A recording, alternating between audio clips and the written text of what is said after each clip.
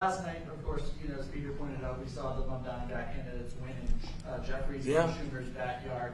You told me in October that Schumer was gonzo and that Mamdani was the leader of the party.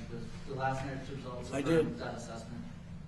And well, Schumer's lost his way. He's become essentially a Palestinian.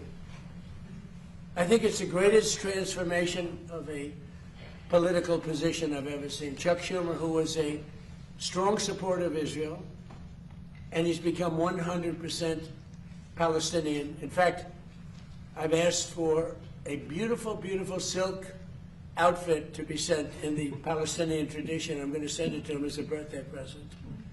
Now, it's the greatest transformation of a political ideology I've ever seen.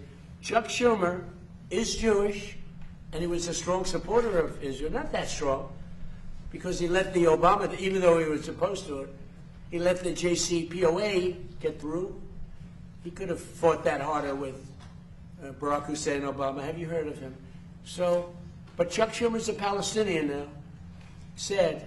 And do Democrats have a problem on their hands now that, Obama... President Trump, great night for Democratic Socialist candidates last night. In the New York primaries, they swept and knocked out two incumbents. You're from New York. Why do you think it is that now the endorsement of Zohran Mamdani means more than the endorsement of Hakeem Jeffries? Well, they're going radical left. They're going, really, you talk about the Democrat socialists, it's really communist. These people, I watched that woman last night. That's not a socialist. I know socialists. That woman is a communist. And, what they don't say is that I was 16-0 last night. But mine were a little more boring, a little more mainstream. They were Republican conservatives. But we were 16-0. And if you look over the last 2.5 years, we're about 347 and just about 0. That's pretty good. But nobody writes.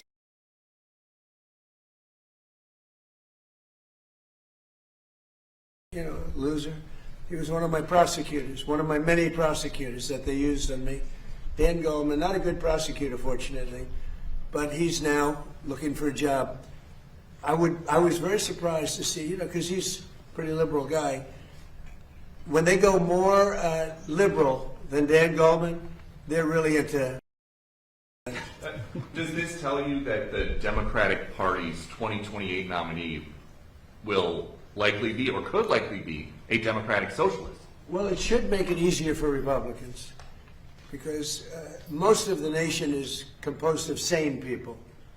They don't want to, if you look throughout history, go back thousands of years, you've always had socialism and communism by different names. It's never ever worked. It's not going to work this time either. Okay. Yeah, please. Mr. President, you just had a colourful lunch on the Senate.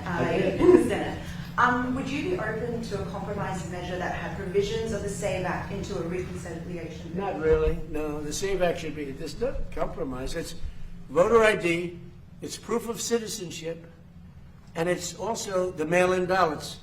We want mail-in ballots for the military if they're away. We want them for people that are ill, or people that are in some form handicapped or have a hard time, or people even that are on vacation. I'm open to that.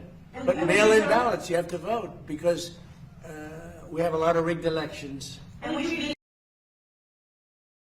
veto the housing bill if it came to your desk, sir? Would you veto it?